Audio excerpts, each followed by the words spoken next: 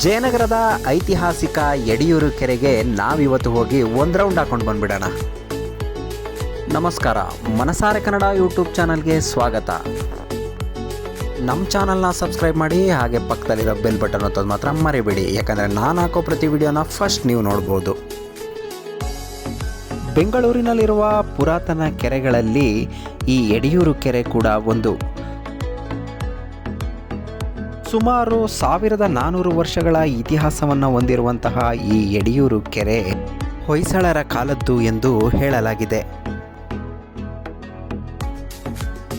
ಸುಮಾರು 10 ಎಕರೆಗಿಂತಲೂ ಹೆಚ್ಚು ವಿಸ್ತೀರ್ಣವನ್ನು ಈ ಕೆರೆ ಹೊಂದಿದೆ. ಇಲ್ಲಿಯ ಆಕರ್ಷಣೆ ಅಂತ ಅಂದರೆ ದೋಣಿ ವಿಹಾರ, ಶಾಂತಲಾ ದೋಣಿ ವಿಹಾರ ಕೇಂದ್ರ. ದೋಣಿ ವಿಹಾರ ಕೇಂದ್ರದ ಟಿಕೆಟ್ ದರ 50 ರೂಪಾಯಿಗಳು, 30 ನಿಮಿಷಕ್ಕೆ 50 ರೂಪಾಯಿಗಳು. ನೀವೇನಾದರೂ ಬರ್ತ್ಡೇ ಪಾರ್ಟಿ ಏನಾದರೂ ಮಾಡಬೇಕಂದ್ರೆ ಈ ಬೋಟ್ನಲ್ಲಿ ಬರ್ತ್ಡೇ ಪಾರ್ಟಿಯನ್ನು ನೀವು ಮಾಡ್ಬೋದು. ಅದಕ್ಕೆ ಅಂತ ಸಪ್ರೇಟ್ ಚಾರ್ಜನ್ನು ಮಾಡ್ತಾರೆ. ಇನ್ನು ಈ ಯಡಿಯೂರು ಕೆರೆಯ ಆಕರ್ಷಣೆ ಅಂತ ಅಂದರೆ ಪಕ್ಷಿಗಳು. ನಾವು ಬೋಟಿಂಗ್ ಮಾಡಿಕೊಂಡು ಹೋಗ್ತಾ ಇರಬೇಕಾದ್ರೆ ಹಲವಾರು ಜಾತಿಯ ಪಕ್ಷಿಗಳನ್ನು ನಾವಿಲ್ಲಿ ನೋಡ್ಬೋದು. ವಿವಿಧ ದೇಶಗಳಿಂದ ಪಕ್ಷಿಗಳು ಇಲ್ಲಿಗೆ ಬರುತ್ತವೆ ಎಂದು ಹೇಳಲಾಗುತ್ತದೆ.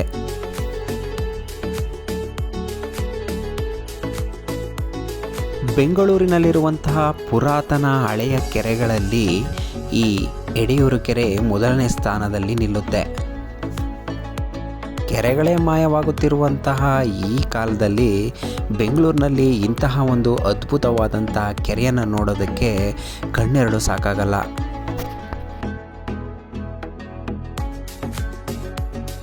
ಹಲವಾರು ಜಾತಿಯ ಪಕ್ಷಿಗಳ ವಿಹಂಗಮ ನೋಟವನ್ನು ನಾವು ನೋಡ್ಬೋದು.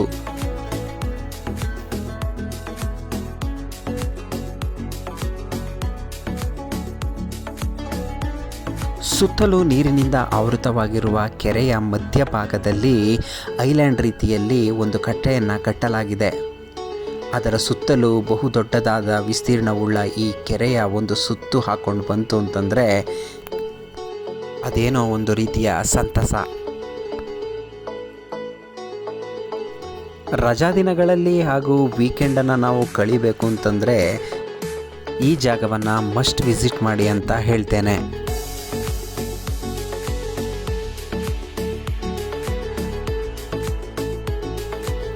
ಮೂವತ್ತು ನಿಮಿಷಗಳ ದೋಣಿ ವಿಹಾರದಲ್ಲಿ ಸಾಗ್ತಾ ಇದ್ದಂತೆ ನಮಗೆ ಕಾಣಸಿಗುವಂತಹ ಪಕ್ಷಿಗಳು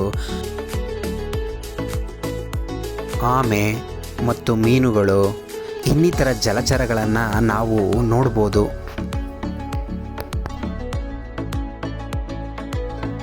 ನೀವು ನೋಡ್ತಾ ಇರೋ ಹಾಗೆ ಕೆರೆಯ ಸುತ್ತಲೂ ಹಚ್ಚ ಹಸಿರಿನಿಂದ ಕೂಡಿದೆ. ಸುತ್ತಲೂ ಗಿಡ ಮರಗಳು, ಕಾಡಿನಂತಿರುವ ಈ ಪ್ರದೇಶ ನೋಡೋದಕ್ಕೆ ತುಂಬ ಚೆನ್ನಾಗಿದೆ.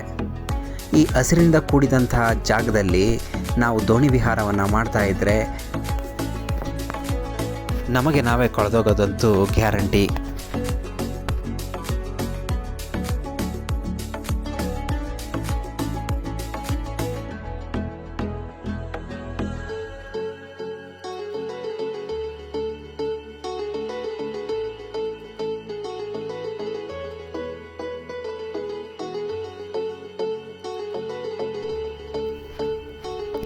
ಹಾಗೆ ದೋಣಿ ವಿಹಾರವನ್ನು ಮುಗಿಸಿ ನಾವು ಎಡ ಮತ್ತು ಬಲಭಾಗಕ್ಕೆ ನೋಡಿದ್ರೆ ವಾಕ್ ಮಾಡೋದಕ್ಕಂತಲೇ ಸಪ್ರೇಟ್ ಆದಂತಹ ಜಾಗ ಇದೆ.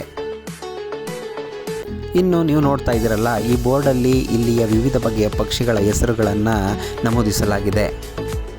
ಹಾಗೂ ಹಾಗೆ ಮುಂದೆ ಸಾಗ್ತಾ ಇದ್ದಂತೆ ಗಿಡಗಳನ್ನು, ಮರಗಳನ್ನು ನೀವು ನೋಡ್ಬೋದು. ಹಾಗೂ ಇಲ್ಲಿ ನೀವು ನೋಡ್ತಾ ಇದ್ದೀರಲ್ಲ, ಇಲ್ಲಿ ಸ್ಪೀಕರನ್ನು ಅಳವಡಿಸಲಾಗಿದೆ. ವಾಕ್ ಮಾಡೋರಿಗೆ ಸ್ಪೀಕರಲ್ಲಿ ಸಾಂಗ್ಗಳು ಕೂಡ ಕೇಳಿಸ್ಕೋಬೋದು.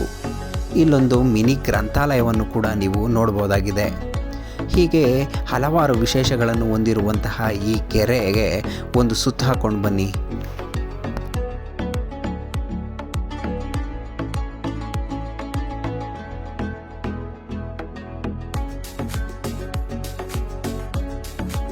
ಮುಂದೆ ಸಾಗ್ತಾ ಇದ್ದಂತೆ ವಿಹರಿಸಲು ಜಾಗ ಹಾಗೂ ಇಲ್ಲಿ ಪಕ್ಷಿಗಳನ್ನು ನೋಡ್ಬೋದು ನೀವು. ಈ ಪಕ್ಷಿಗಳನ್ನು ಸಾಕೋದಕ್ಕೋಸ್ಕರನೇ ಸಪ್ರೇಟ್ ಆದಂಥ ಒಂದು ಜಾಗವನ್ನು ಮಾಡಲಾಗಿದೆ.